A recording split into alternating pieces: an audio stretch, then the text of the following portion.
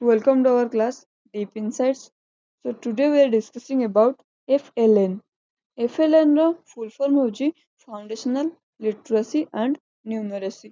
ତ ମୌଳିକ ସାକ୍ଷରତା ଏବଂ ସଂଖ୍ୟା ଜ୍ଞାନ।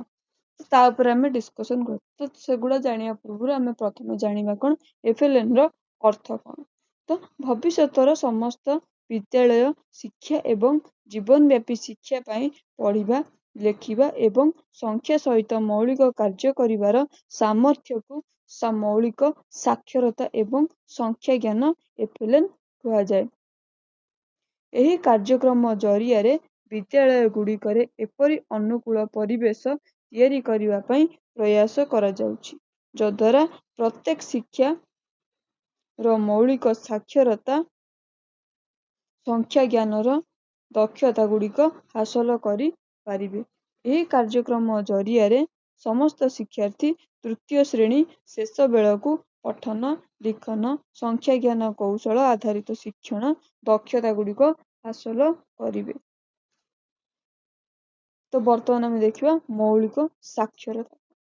ମୌଳିକ ସାକ୍ଷରତାର ଅର୍ଥ ହେଉଛି ଶିକ୍ଷାର୍ଥୀ ନିଜ କଥାକୁ ବ୍ୟକ୍ତ କରିପାରିବାର ଦକ୍ଷତା, କୌଣସି କଥାକୁ ଶୁଣି ଓ ବୁଝି ପ୍ରତିକ୍ରିୟା ଦେବାର ଦକ୍ଷତା, ପଢ଼ିକରି ବୁଝିପାରିବାର ଦକ୍ଷତା, ନିଜ କଥା ଓ ବିଚାରକୁ ଲେଖି କରି ପ୍ରକାଶ କରିପାରିବାର ସାମର୍ଥ୍ୟକୁ ହିଁ ଆମର ମୌଳିକ ସାକ୍ଷରତା କୁହାଯାଉଛି।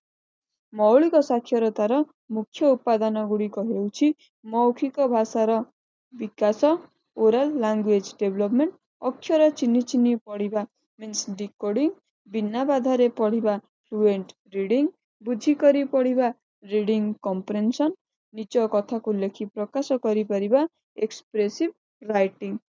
ତାପରେ ଆସୁଛି ମୌଳିକ ସଂଖ୍ୟା ଜ୍ଞାନ ଫାଉଣ୍ଡେସନାଲ ନ୍ୟୁମରେସି। ମୌଳିକ ସଂଖ୍ୟା ଜ୍ଞାନ ହେଉଛି ଦୈନନ୍ଦିନ ଜୀବନର ସମସ୍ୟା ସମାଧାନରେ ଯୁକ୍ତିଯୁକ୍ତ ଓ ସରଳ ସଂଖ୍ୟା ଧାରଣାକୁ ପ୍ରୟୋଗ କରିବାର ସାମର୍ଥ୍ୟ।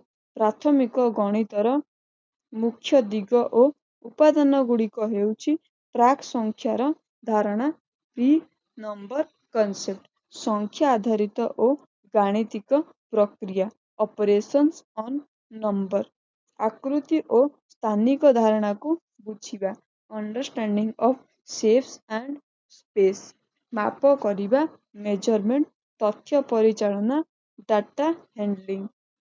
ମୌଳିକ ସାକ୍ଷରତା ଏବଂ ସଂଖ୍ୟା ଜ୍ଞାନ ଉପରେ ଆମେ ପଢ଼ିଲେ ତା ପର କ୍ଲାସରେ ଆମେ ଡିସ୍କସନ୍ କରିବା ତାର ପ୍ରକୃତି ଉପରେ।